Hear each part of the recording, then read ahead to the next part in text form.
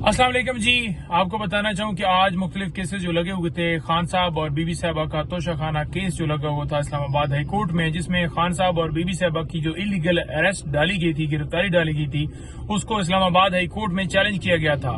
اس کے اوپر ہم نے بڑا واضح کہا کہ چیف جسٹس عمر فاروق صاحب ہمارا کیس نہ سنیں۔ آج ایک خوشائن بات ہوئی کہ وہ اس بینچ کا حصہ نہیں تھے اور آج اس کیس کی سنوائی ہوئی۔ جب سنوائی ہوئی تو اس میں آج عدالت نے، معزز عدالت نے کیا کیا کہ نوٹسز فرما دیے، کب کے لیے 8 تاریخ کے لیے نوٹسز ہو گئے ہیں، تو اب اس کے اوپر دوسری طرف سے بھی دلائل دیے جائیں گے اور ہم اپنا موقف رکھیں گے کہ کس طرح غیر قانونی گرفتاری جو ہے خان صاحب اور بی بی صاحبہ کی گئی۔ نمبر 1۔ نمبر 2 یہ ہے کہ رؤف حسن صاحب اور دیگر ہمارے سٹاف کے لوگ جو ہیں وہ جو سارے گرفتار کیے گئے تھے، جن کے اوپر ایک جھوٹا مقدمہ بنایا گیا تھا، وہ تمام کے تمام جو لوگ ہیں ان کے حوالے سے جو ہم نے پوسٹ اریسٹ بیلز فائل کی تھیں وہ الحمدللہ کنفرم ہو گئی ہیں، ان کی ضمانت جو ہے وہ ہو گئی ہے اور متعلقہ جو ہیں وہ انہوں نے کہا ہے کہ آپ جمع کروائیں اور رہائی کے احکامات جو ہیں عدالت نے فرما دیے ہیں۔ لیکن باقی تمام کی حد تک تو کوئی اس وقت ہمیں سامنے کیس سے نہیں ہے کہ ان کے اندر کوئی رہائی کے اندر کوئی ہرڈل ہو، لیکن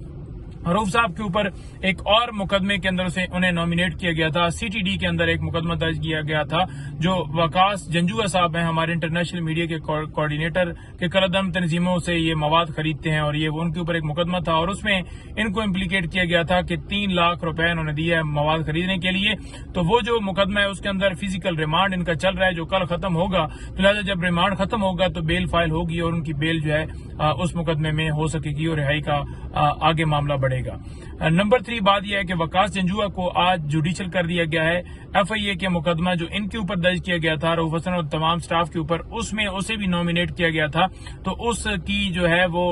فزیکل ریمانڈ کی سزا کی گئی تھی، لیکن عدالت نے اسے جوڈیشل کر دیا ہے۔ اب بیل کی طرف معاملہ بڑھے گا۔ جھوٹے مقدمات بنا رہے ہیں، لوگوں کو اٹھا رہے ہیں، کوئی سٹاف ہے، کوئی کوارڈینیٹر ہے، کوئی چائے والا ہے، کوئی فوٹو بنانے والا ہے، تو اس طرح کے مقدمات ہیں جی۔ اور پی ٹی آئی کو جلسہ اور ریلی کرنے کے حوالے سے جو درخواستیں تھیں جس کے اوپر الاؤ نہیں کیا گیا تھا اور توہین عدالت میں گئے تھے، وہ بھی آج سماعت ہوئی، تو ان کی طرف سے یہ بتایا گیا انتظامی کی طرف سے 22 تاریخ کو یہ جلسہ کر سکتے ہیں۔ ہم نے کہا کہ 13 اگست کو رات کو جو ہے 13 اگست والے دن ہم چاہتے ہیں کہ جلسہ ہو، کیونکہ 14 اگست جو ہے وہ ہمارا جو ہے وہ دن ہے،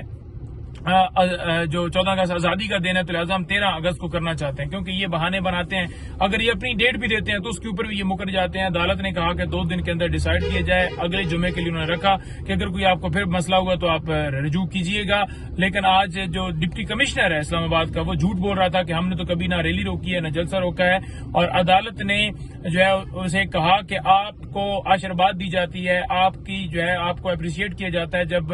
آپ ان کی درخواستیں خارج کرتے ہیں۔ آپ جن کو جو ہے وہ